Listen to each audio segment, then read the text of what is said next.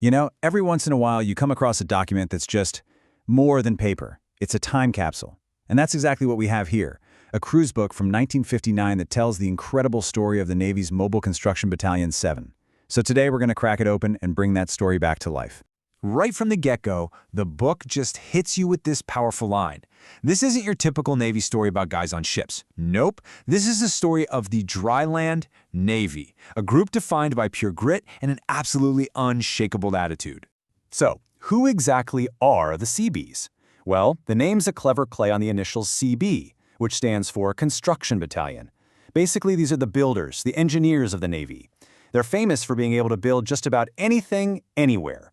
And their whole identity is wrapped up in that simple, powerful motto, can do.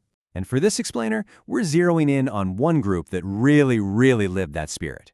Mobile Construction Battalion 7, or NMCB 7 for short. Their story is, well, it's a masterclass in what can do actually looks like in the real world. Before we dive in, though, we need to pause for a second. The book itself has this dedication right at the front. It's just a stark reminder that even a peacetime mission like this one came with huge risks. This story isn't just about buildings and schedules, it's about real people and the very real sacrifices they made. Okay, so what was this mission that sent NMCB-7 to the Bahamas and the West Indies? Well, it was a construction project on an absolutely epic scale, one that would push their skills and their willpower to the absolute limit. And hey, don't just take my word for it. This is the commanding officer himself, telling his own men they are making history. I mean, can you imagine hearing that? Knowing the job in front of you is the biggest one of its kind. Ever. No pressure, right? But yeah, that historic mission came at a steep cost. The executive officer's letter in the book lays it all out, plain and simple. This wasn't just a job, it was about survival. I mean, think about it. You're totally isolated, living in tents, crammed together, with nothing to do for fun, and you're thousands of miles from your family. That was the day-to-day reality behind that can-do spirit. So, with all those challenges and a pretty tough living situation, how on earth did they pull it off? Let's get into the nitty-gritty of the work itself, and we'll use their project on Grand Turk Island as the perfect example. All right, so this gives you a great step-by-step look at their process, and they weren't just starting with a clean slate. They had to tear down old structures, these pre-made metal buildings called Quonset huts, all while the base was still operational. Then came the precise surveying, pouring all that concrete, and installing things like jalousies, those slatted windows you see in hot climates. It was this incredible, complex dance of demolition and construction to finally get to that finished building. And if you want a sense of the sheer scale here, just look at that number, 75,000. That's how many concrete blocks they laid, mostly by hand, for the Grand Turk project alone. Just wow. And what does it take to turn all those blocks into actual buildings? It takes this: 48,000 man-days of pure, hard effort. That's the sweat, the human energy that made all of this possible. A job this massive doesn't get done by just one person, or even one type of skill. It happens because you have a perfectly oiled machine, a team of specialists where every single part is crucial. The Seabees have this down to a science. At the very core of the battalion, you have these 7 construction specialties, or rates as they're called.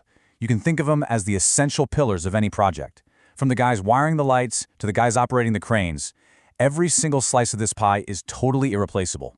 So for instance, you've got your builders, the guys doing the ground-up construction. Then you have the surveyors, whose super precise work makes sure everything is built exactly right. And of course, you've got the equipment operators, the masters of all that heavy machinery that makes a job like this even possible. But what about everybody else? I just love this line from the book that describes all the support staff. They're like the collective merchantmen in a community. They're the people providing all the essential services that let the builders, well, build. And that's just it. Construction doesn't happen in a bubble. You absolutely need the hospital man for medical care, the storekeepers to manage all the supplies, even a photographer's made to document the whole process. These so-called fleet rates were the absolute backbone of the entire mission. And through it all, it was that sense of camaraderie that really kept him going. The cruise book is just filled with these amazing photos of the guys blowing off steam, just hanging out in the tents after a long day, or even putting together a Christmas party for the local kids on the island. That bond was everything for morale. So, after months and months of just relentless work, the job was finished. And the men of NMCB 7 hadn't just lived up to their motto, they had earned themselves a new one. one they forged with their own sweat and skill.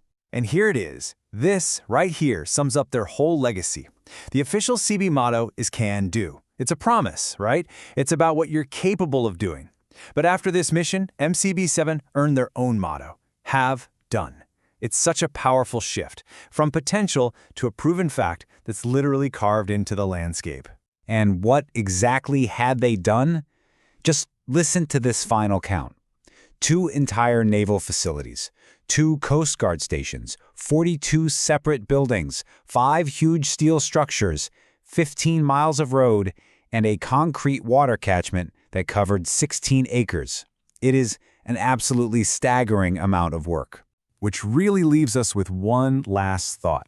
This whole epic story of grit and incredible achievement, it was all sitting there, preserved in a single book, probably on a dusty shelf for decades. It really makes you wonder, doesn't it?